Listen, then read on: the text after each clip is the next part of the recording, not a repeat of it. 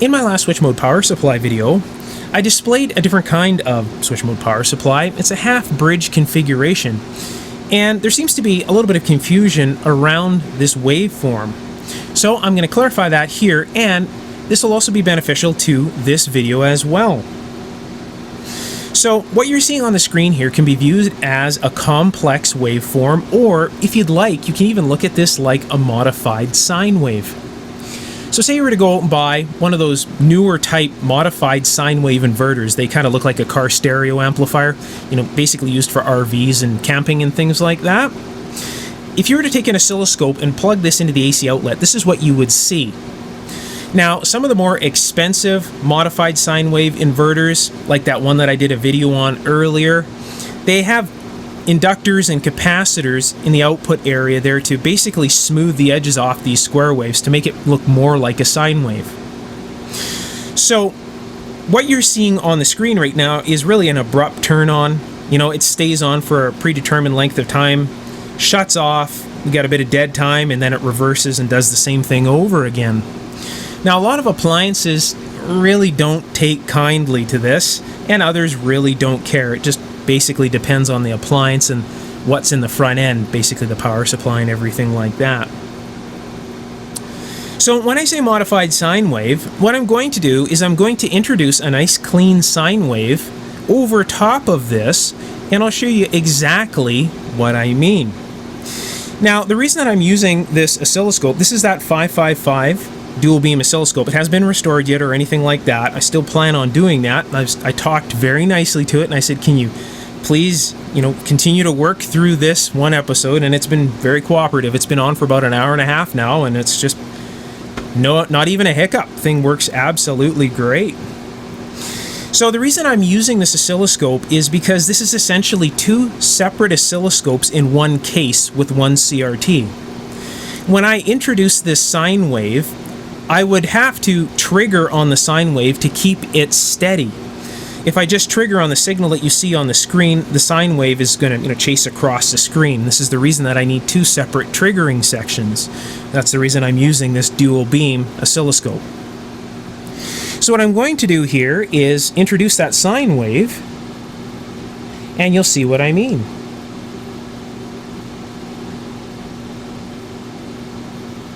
There you go.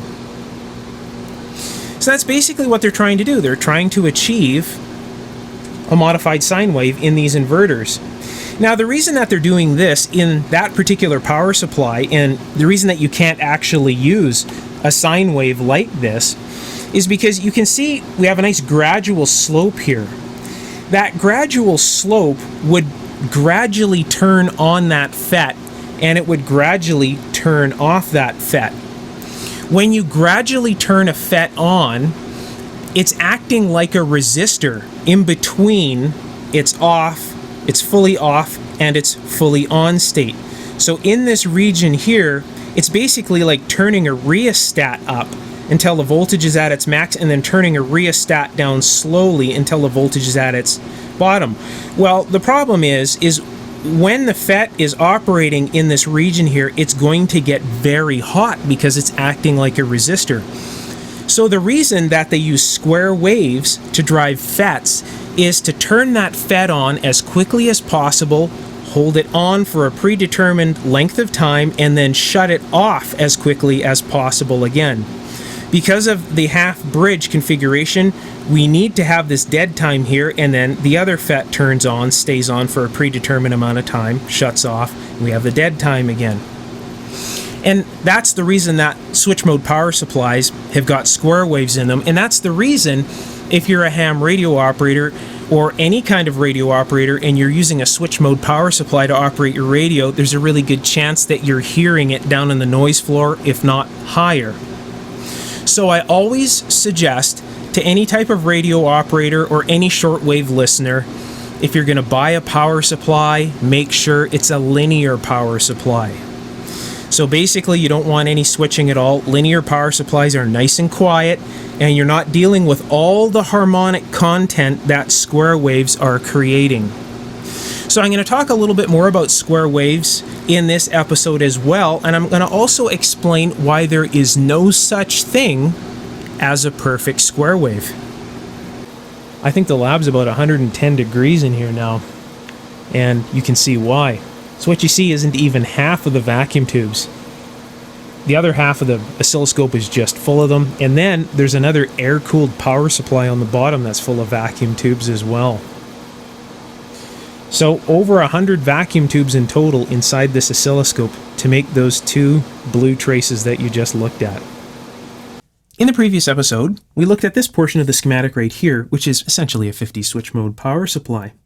So what I did is I narrowed that down to what you see right here, and I lit up two 100 watt light bulbs in series on this winding here, just by attaching pin 4 to ground. I disconnected the windings so that they really weren't in circuit, and basically just demonstrated the way this works. If you're interested in the way this particular oscillator works and you haven't seen that, I encourage you to check out the video that was just before this. And that'll show you the vibrator in action here and how this whole thing works. So in this episode, we're going to continue on and move forward towards solid state stuff and move on even from there. So really, in modern day thinking, this thing here is not a whole lot different. It's just that this vibrator is replaced with a solid state IC. And instead of having the center tap of the transformer grounded, this runs to a supply of 12 volts and you ground the outer legs, the outer windings. And you can run them like that. Way back in the day, they did that as well with vibrator power supplies. In fact, they just built them both ways for no particular reason. It just depended on the manufacturer. So some would have the supply voltage going in here, and the vibrator would switch these sides to ground, and just like this, the opposite way. So if we were to take this and make it somewhat solid state, this is what it would turn into. So we would still have a mechanical oscillator, but now we're going to use FETs to switch this to ground. And the FET really is acting like this. We don't want the FETs to operate in the linear region whatsoever. We want an on and an off action, and contacts would most likely provide that. So with this particular design, there's still a lot of issues because of contacts in here, but I'll start with this first. So you can see we've removed the ground here, and we're going to put a positive supply here instead. So this would have a positive supply here, and this would have a positive supply here. These are acting like switches, just switching the ends to ground. That's all they're doing. So we put a very small voltage on here, whatever it takes to turn the FETs on, and it turns these devices on, and they act like switches just like this right here. So looking at this kind of with a relay analogy, you apply current to this portion of the winding here. These close like this, and we have contact between the drain and the source, and that's exactly what's happening here. These are just going to close like this and open like this. And that's how these FETs are working in a mechanical sense, but of course this is all done electrically. So if you were to use this particular schematic like this, there's a good chance it would work. The only issues would be you probably need to add some filtering here, because the contacts, when they're opening and closing in here, you're going to get quite a bit of bounce. And this is going to pick up that bounce, and you're going to get lots of noise in this circuit like that. So you probably need some capacitive filtering and maybe another resistor in here or something like that. Now, in these vibrators, I was mentioning in the last video that when they spark, they self-clean, and this is very true. Another thing that these contacts do is they rub. So when this reed is moving back and forth, when this reed touches this contact, it pushes hard on it and it kind of rubs it, and then it goes back the other way. It pushes hard, and it's the same thing with relays. Relays do exactly the same thing when they close. They actually have a ball usually in the center, and when it closes, that ball kind of rolls a little bit on that bottom contact. Now, what that's doing, in a sense, is it's kind of scrubbing the contact, and it's sparking at the same time. So you're getting a kind of like a double cleaning action going on here. Now, in contacts like this that have been worn in an older vibrator like this, they're carboned up and they're pitted and things like that. So without any filtering here, you'd definitely have a lot of bounce. So you'd have a lot of noise. This thing would be acting somewhat like a noise amplifier and feeding it into this winding here. So you definitely need some form of filtering here in order to clean that up.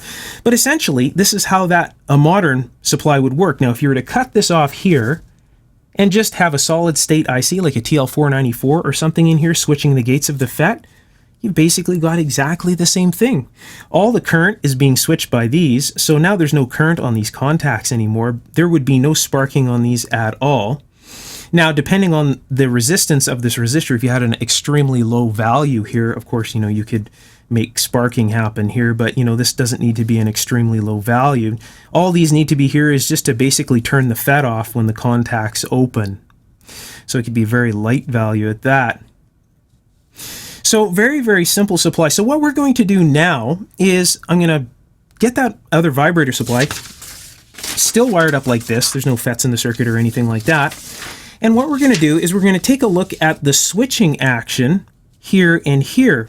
We're going to take a look at what that looks like, and we'll also take a look at the dead time. We'll see a whole bunch of things in here, and I'll explain exactly how this circuit is working on the oscilloscope. And then I'm going to save that data, because together in a future episode we're going to build a solid state replacement, and we're going to power this entire circuit off of an IC and some FETs. I have the oscilloscope probe hooked up to the winding in this transformer right now. So one oscilloscope probe is hooked up to one end and the other oscilloscope probe is hooked up to the other end. I have the focus of the camera fixed on the screen here, so pardon the blurriness. One probe lead is here, the other probe lead is here. Both probe lead commons are to here, and as you can see, it runs right back to the contacts of the vibrator, so we'll get to see what's going on in this circuit here. This is very important information for us to have, because in the future, when we design that solid state replacement together, this will give us a lot of information to start that design. So one of the biggest things that we really want to know is how long the contacts are staying closed in that vibrator. So basically, in modern terms, we want to know how long the N-channel FET is going to be on for. Then after that, once the contacts break and that reed is traveling through free space in the center and then swinging over to the other side and then making contact again, we want to know that dead time period. So basically when it breaks contact and there is no contact between either end of the winding, and then it swings over to the other side and makes contact again. Again, that's known as dead time. So that would be when the first FET is switching off, the period between that off period to the on period of the opposite FET at the other end of the winding. So these are all things that we really should take a look at, and I'm going to mark all this stuff down and their time and everything. So when I do design the solid state replacement with you guys, I can have a little bit more information. And then after that's designed, I can critique things. So basically, I'm going to add a bunch of VRs in there, variable resistors, so I can critique the frequency, and I can basically critique the duty cycle, things like that. So, but when I design that, we'll come across all of those things then. So I'm viewing this on another vacuum tube oscilloscope. This is vacuum tube oscilloscope day. Reason being is it doesn't get any more real time than a analog oscilloscope, so this will really allow us to see what's going on in the circuit.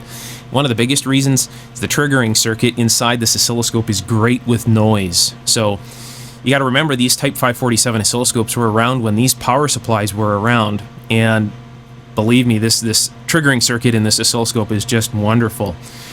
Some of my modern oscilloscopes do not like noisy circuits like this whatsoever. So that's the reason I'm using this scope right now. And again, it's a scope that's basically, it's an analog scope, so it's real time. We get to see, the movement of the signal and things happening in just as quick as they happen. It doesn't get any quicker than that. So what I'm going to do is turn on the power supply here. Oh, the fan noise. First of all, the fan noise is coming from the oscilloscope, and there's also a fan on the bench here. You can hear this fan. I'll shut it off. And I'll plug it back in again. So that fan is cooling a 50 watt, 1.5 k ohm ceramic wire wound resistor. That resistor is placed across the secondary of the transformer that we have the oscilloscope probes hooked up to. And that's the high voltage side. The reason that it's there is so that I can put a little bit of load on the transformer so that the waveform looks nice and we can take a close look at it. Without the fan on that resistor, within about a minute it starts to smoke. So with the fan on it, it gets, I would say, warm to hot. That's about the extent of it. And that's the setup. So we're going to take a look at some signals now. So I'll just turn on the supply here. And this is what we have. Turn the brightness up just a little bit here. Now there's a lot of information in this signal, and I'll explain this just kind of step by step. So this is one contact here, and this is the other contact here. So I've got one of my oscilloscope probes hooked up to look at this contact right here, and the other oscilloscope would be at the other end of the winding looking at this contact here. To simplify things, we can even look at this here as being the other contact. But for now, we'll look at this and this and this. So basically what's happening is one contact is closing, staying closed, and then it opens, we have dead time, and then the other contact is closing, staying closed, opening, we have some dead time, and it's going back and forth like this from contact to contact as that reed is moving back and forth. So if this was one contact here and this was the other contact here, it would be doing this inside there, touching this contact and then touching this contact. Now, all of this kind of scratchiness you see here, this is the nice thing about a real-time oscilloscope, basically analog, as we can see this moving in real time. This here is the contact closing. This is the amount of time it's staying closed for. This is the contact opening, and this is the dead time right here. So nothing is happening within this period. This is the contact closing on the other side. This is the contact staying closed. This is the contact opening on the other side. This is the dead time again, and we're back to the other contact closing, staying closed, and opening again. So basically, if we wanted to look, because I have two probes on here, we can actually look at both contacts.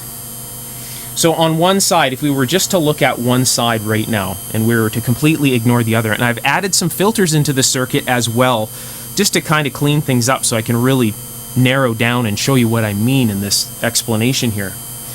So if we were to look at this right here, all right, so this is the dead time right here, first of all. This noise here is from those contacts on one side coming closed like this. Now when the contacts come closed, they don't just touch like nice square in like this, they move a little bit. And this is what we're seeing right here. We're seeing some of the noise in the contact there because it's not a perfect contact when it's closing. This won't be here all the time. Sometimes they'll close perfectly, sometimes they won't. And this is what it is because, it's a mechanical oscillator, right? It's like breaker points in a car. So it's closing here, all right? We have it turning on, staying on for this amount of time. The oscilloscope right now is set to 1 millisecond per division. So you can see that we're roughly about 2 milliseconds. It's taking almost 2 divisions up here. So if I move it over a little bit, you can see a little over 2 milliseconds of on time in this contact here. This is where the contact is breaking. Where the contact breaks, there will always be a lot more noise. So this is where it's breaking right here. And then this is the dead time. This is where it's settling off. And then right here, we have, if we want to look at this as being the other side, just to simplify things right now, we have the other side turning on here. You see a little bit of overshoot right here. And then staying on, opening up, and then we have our dead time, and we're back to this contact here again. So in order to better display this, I'm going to quieten down one set of contacts. And by quietening down one set of contacts, you'll even see the noise on this upper portion here disappear. Okay, so here we go. I've got 2 capacitors here. I believe this one is for the bottom contact. There we go. So you can see that I've eliminated the noise on the bottom contact here, and you can see that this here has disappeared now because this is displaying the bottom contact's noise here. If I let it go, you'll see the noise come back. So right now, we're just seeing the noise on the upper contact, and you can see the noise is still present here, and every now and then you'll see it's still present here, but the other contact is completely quiet, and what represents the other contact here is completely quiet as well. So now if I close the capacitor on this contact here, you'll see a nice, clean, quiet signal. So here we go.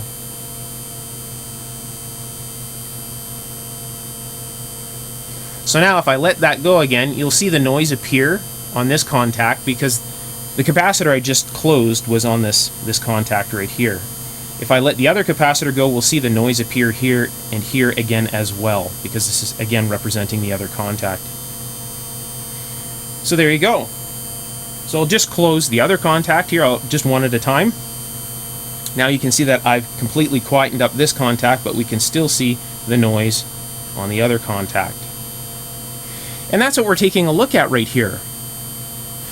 So I'll explain how I get this as being the contact closed here in just a moment. I'll do that on a piece of paper, and that should simplify things just a little bit.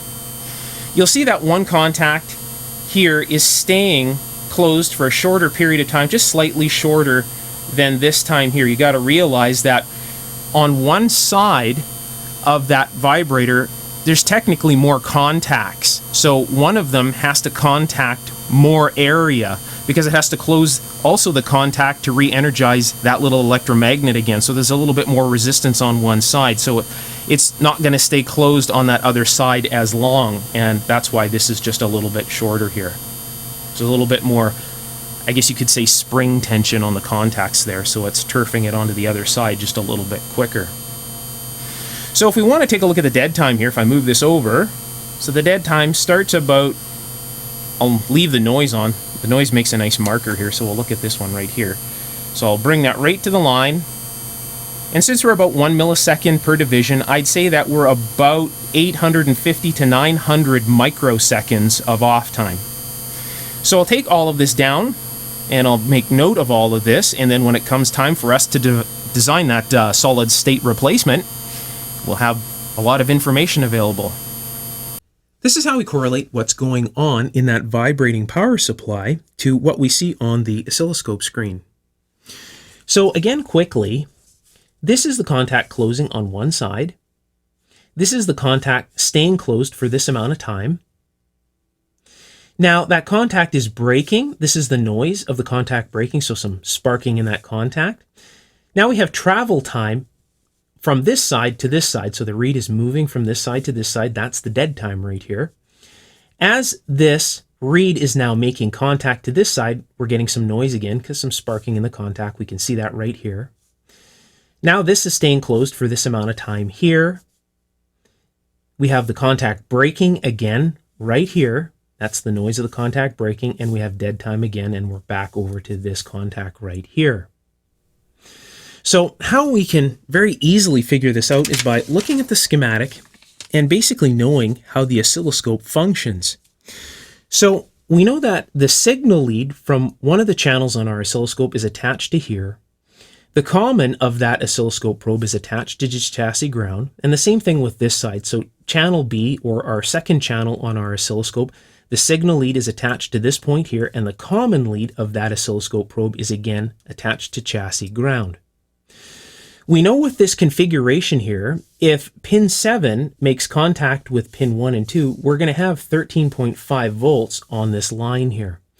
If our scope is DC coupled and we instantly put 13.5 volts on it, we're going to see the trace jump up to the 13.5 volt level on our oscilloscope. So for as long as these contacts are closed, it's going to remain at that 13.5, and then when the contacts break, it's going to fall again back to the baseline.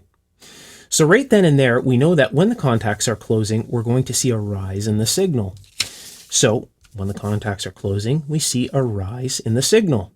When the contacts break, it falls back down again. Now, there's a lot of other things in the way. We have a transformer in the way here, and we have a whole bunch of things going on in this transformer as contacts are making and breaking.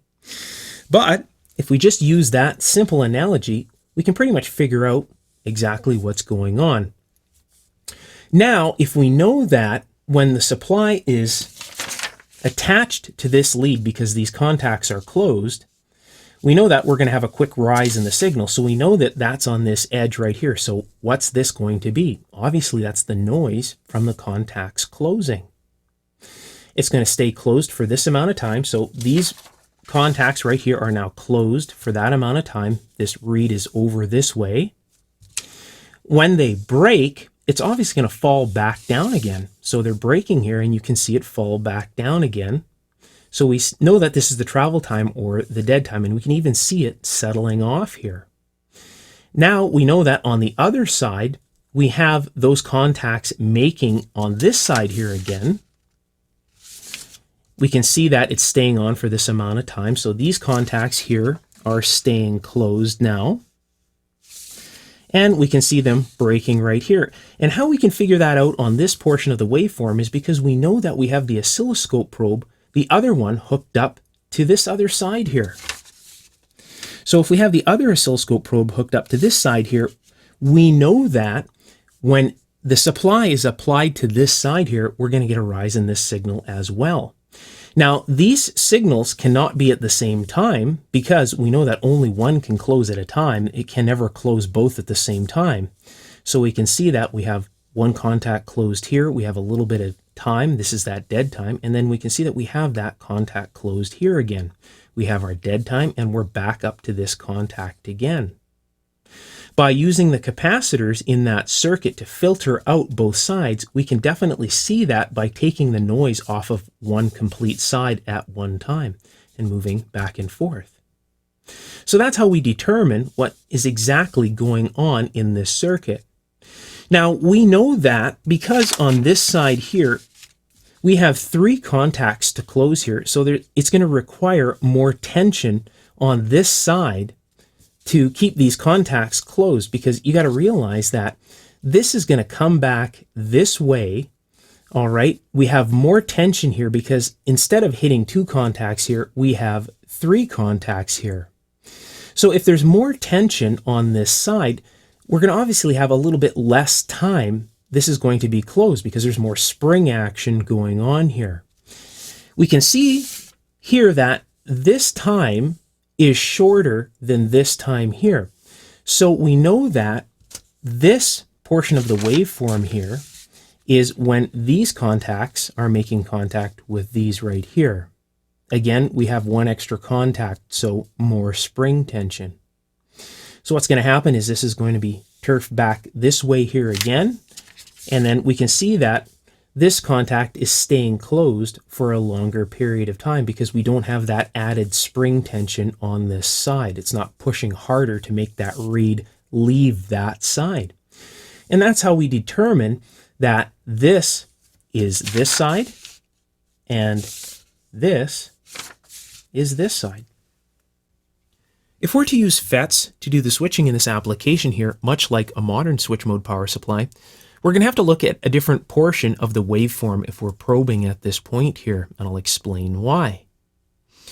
So unlike the last configuration where we had the center tap of the transformer grounded and these leads just attached right to these portions of the winding, so basically what's happening is this is switching the supply to this end, to this end, to this end, to this end with dead time in the center. The operation is now somewhat reversed. We now have the supply on the center tap, and since we're using N-channel FETs, we're going to bring the ends of the windings towards ground. And that's what these FETs are doing. They're acting as switches, bringing this to ground, and then opening again. There will be some dead time, and then this one will turn on. It'll connect the drain to the source, acting like a switch again, bringing this portion to ground. So if we want to probe at this point here with our oscilloscope probe, what's going to happen is we're going to have our oscilloscope signal lead to this point here, which would be attached to the drain, and we'd have the common lead of our oscilloscope probe attached to ground or to the source. It would be the same on this side if we wanted to use 2 channels, signal lead to the drain, common lead to the source. So what's happening here is when the gate is going positive or going high, the FET is turning on. If we have the oscilloscope probe lead across here, when the FET turns on, it's effectively shorting the oscilloscope lead. So when this is in its off state, say both of these FETs are open, all right, so they're not on right now, we're going to have full supply across this winding here. So on the scope, it's going to appear as being high. When the FET turns on, it's effectively shorting because it's connecting the drain to the source. It's going to bring that signal or that waveform down to the baseline here again, or very close to.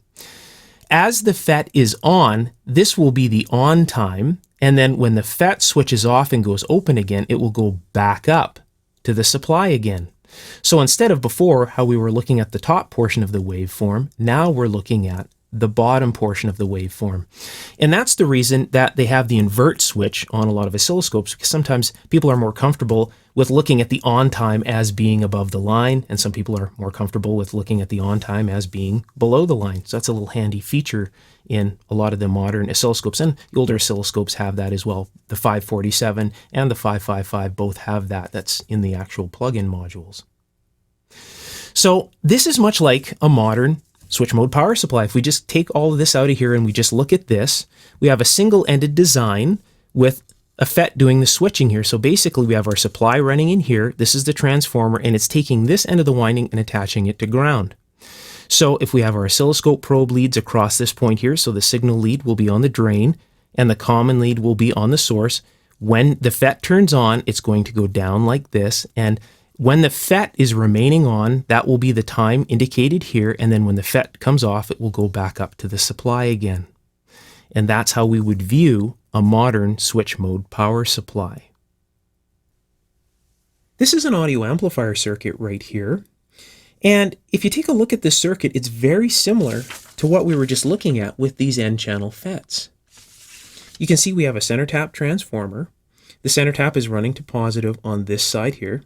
We can see the outer ends of the winding are attached to the plates of both of these vacuum tubes. Now for demonstration purposes, you can look at the plate of these vacuum tubes like the drain of an N-channel FET. You can see the cathodes of these vacuum tubes are connected through a 10 ohm resistor to ground. You could look at the cathodes as the source of an N-channel FET. And these are the grids inside the vacuum tube. You can look at those as the gate of an N-channel FET. So you can see we almost have the same circuit here.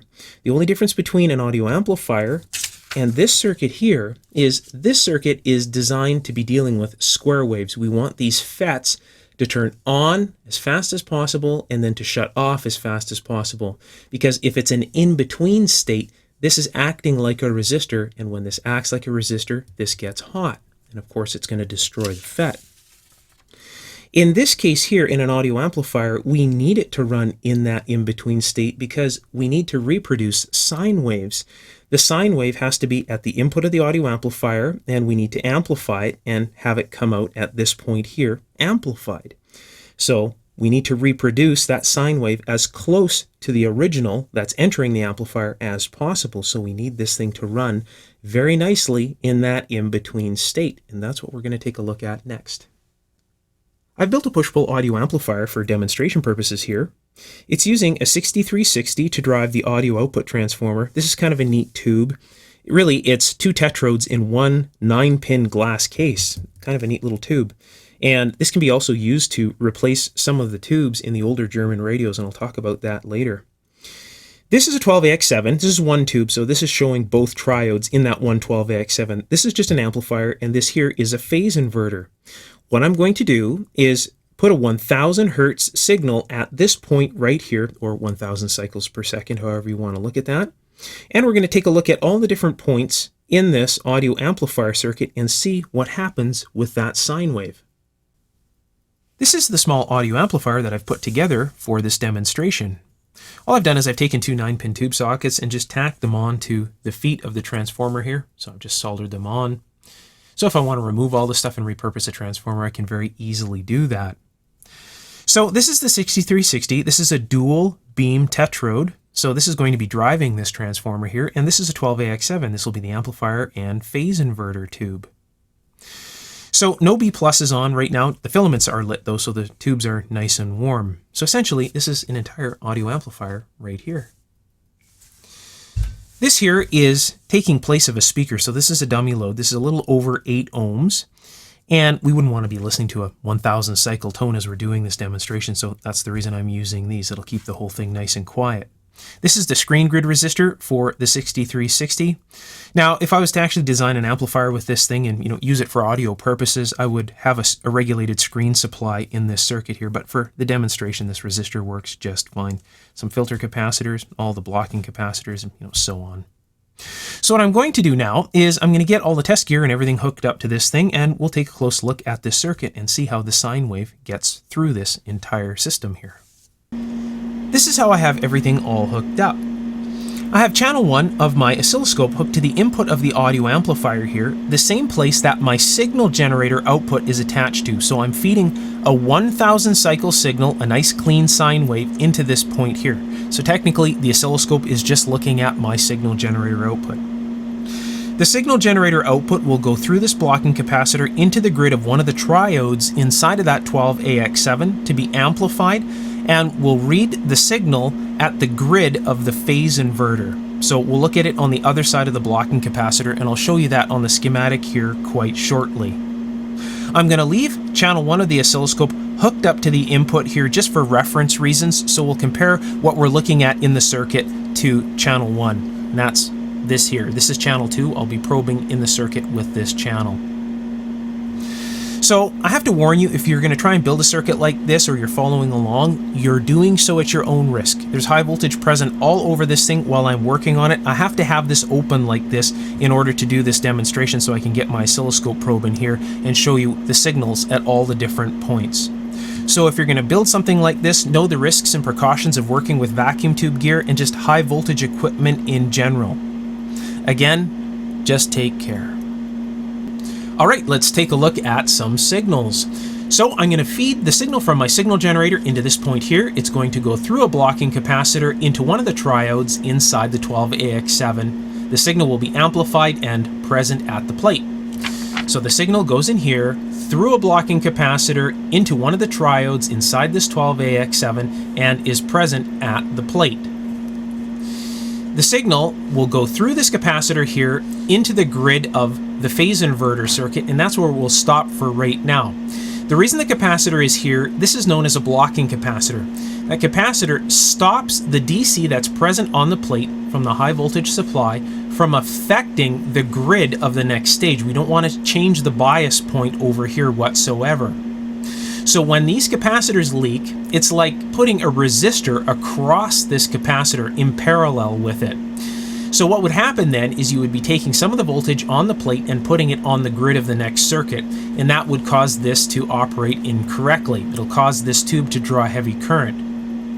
Now, this is a real problem in audio amplifiers in the output stage here. If any of these capacitors leak, it usually destroys the output tube. Sometimes it'll even damage the audio output transformer. And that's why you see red plating in a lot of the old amplifiers. So there's two things that usually cause red plating: a faulty bias circuit or leaky capacitors. Even if the bias circuit is okay, if the capacitor is leaky enough, it'll override the bias and still cause the tube to draw heavy current. That'll cause red plating. Sometimes it burns out audio transformers. I've seen it so bad that it's actually melted the glass on some audio output tubes. That's a pretty bad capacitor. So anyways, back to the signal here. We're going to feed a small signal into the grid of this 12AX7, and we're going to have a much larger signal present here, but that signal is going to be inverted. The reason the signal is inverted is because it takes a positive voltage to turn this tube on. When the tube turns on, if you wanted to look at this in a physical aspect, the tube is trying to connect the plate to the cathode. If it's trying to connect the plate to the cathode, it's going to pull the voltage low at this point. It's going to try to bring it down to, the potential of the cathode. The cathode's only lifted off the ground by 180 ohms. So you see we have a 280 volt B plus supply here. It goes through a resistor here. It's filtered. And then we have a 270 k ohm resistor here, which is a really soft value. So we're left with, when the tube is in operation, about 90 volts on the plate here. So no signal, 90 volts on the plate. So what's going to happen is a very small amount of signal here is going to cause that 90 volts to be pulled towards ground and let go again. So just say we feed a 350 millivolt signal into this point right here. That's going to take that 90 volts and pull it down, and then let it up, and then pull it down. So we're going to have a much bigger signal present here because a small amount of voltage is controlling a large amount here by causing this tube to draw current. That's basically what's happening in this circuit. And that's what we're going to take a look at right now. So we'll look at the signal on this side of the blocking capacitor here just because we don't need to really see the DC here. So we'll look at it right at this point. We'll have the amplification present right here. So input signal, channel 1, present here. The signal we're going to be looking at will be present right here. So I'll just move this out of the way and focus the camera on the oscilloscope. Turn on the power supply. Now this is the input signal here. This is a signal from my signal generator. So I'll just turn this up to some random value. We'll say 350 millivolts, right about there. Somewhere like that. Close enough. So this is the signal that's on the grid, and this is going to be the signal that we're going to be looking at on the plate of that circuit. We're going to look at it on the other side of the blocking capacitor.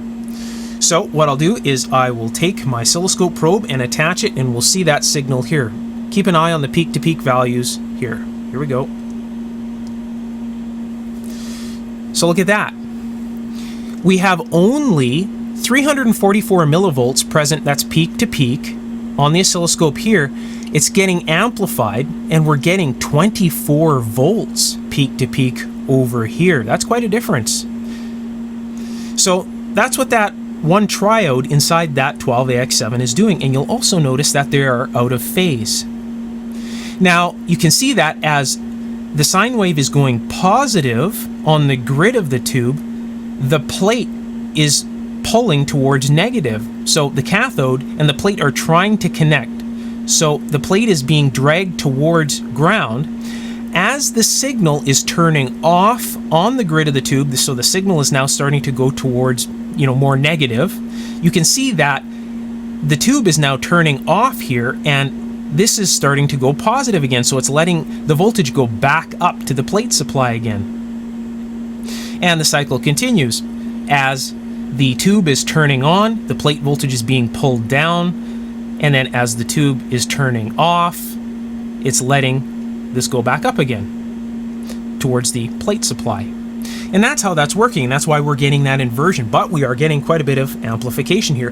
If we put one more stage just like that on the other side of this, the signal will be back to this again. There won't be any inversion because it will invert back to this again, and we'll have more amplification as well. So now, if we look at this, here is the phase inverter circuit here.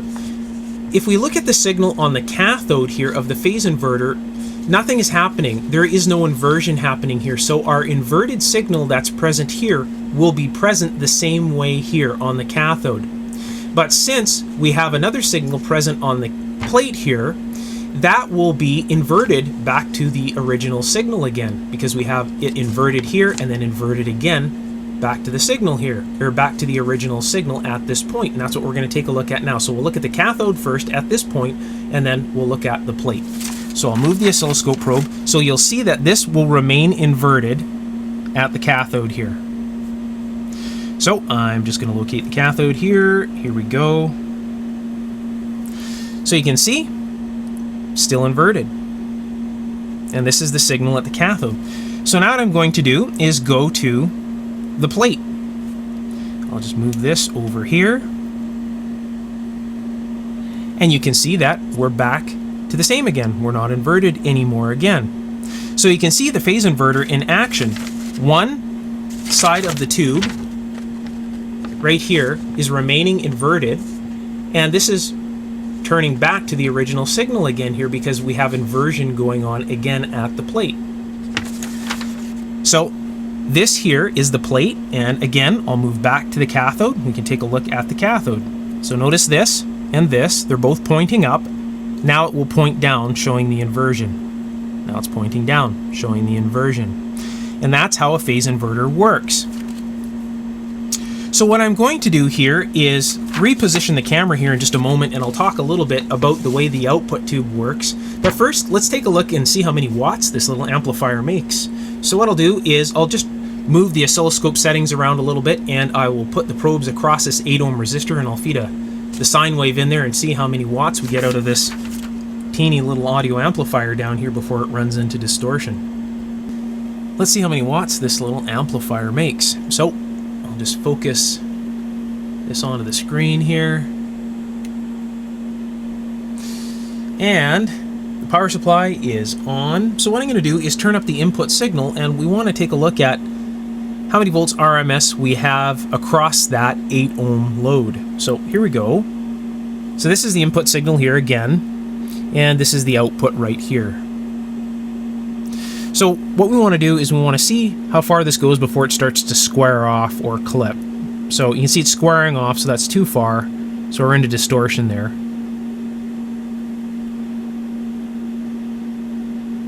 So I'm just going to back this up back and forth just a little bit to see till I can get it to that optimum point. And that looks like it's about there. So we'll say 9.4 volts.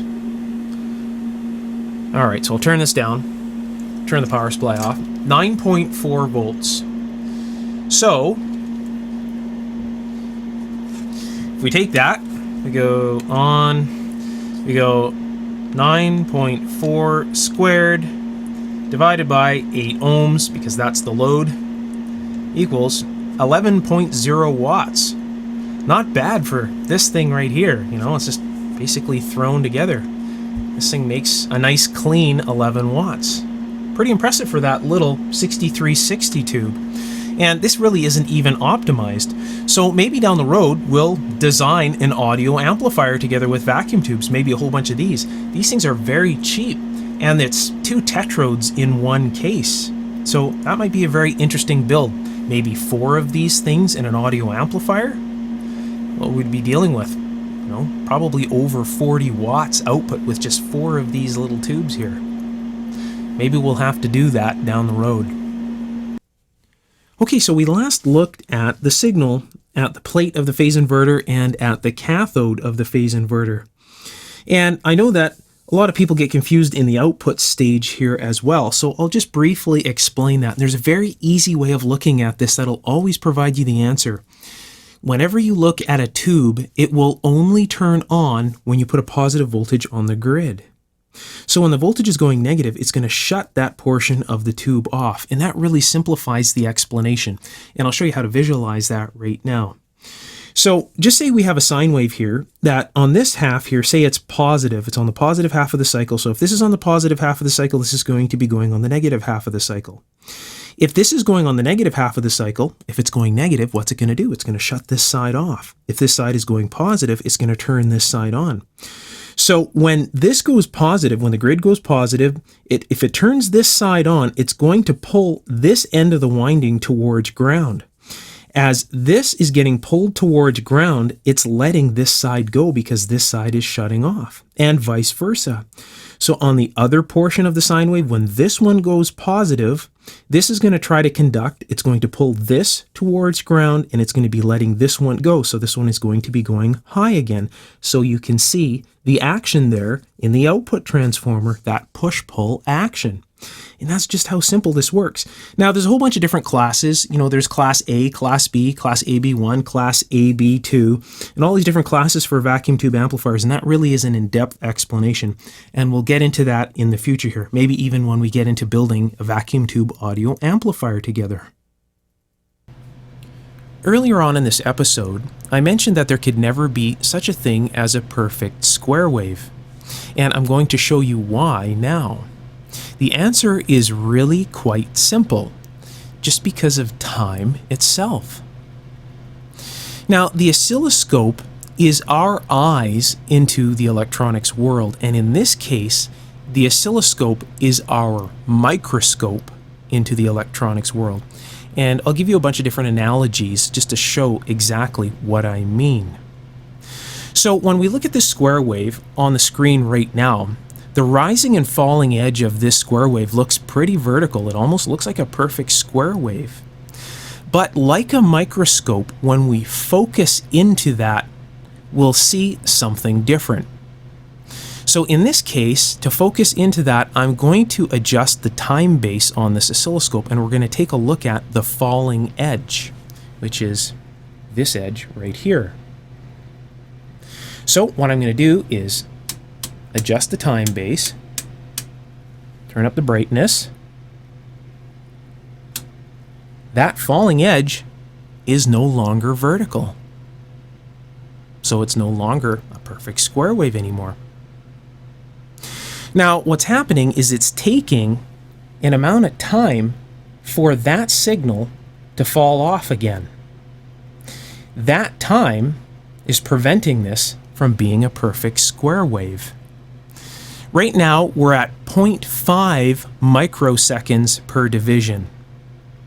So if we look at this, if I move this over to the edge of the screen, the fall time is roughly, I'll just move this over here, I bumped the control there. The fall time is, I would say, roughly 0.8 microseconds. That would be the fall time. So quite a difference from what we see here. That would be the rise time, and that would be the fall time. Again, this is acting like a microscope. We can really zoom into that falling edge, and we can see what's happening. Another analogy for this would be if you take a knife and you sharpen that knife until that edge is razor sharp, and then you take that knife edge and you take a look at it under a microscope, zoom on into it, it looks dull. It looks like a piece of cold rolled on the end of it. So under that microscope, you sharpen that edge again. Now it looks really sharp under the microscope. You zoom the microscope into it again, and it looks dull again. Can you ever really achieve a perfectly sharp edge? Can you ever really achieve a perfectly vertical rise and fall time? So there you go. Hope you enjoyed this episode, and I'll see you again soon.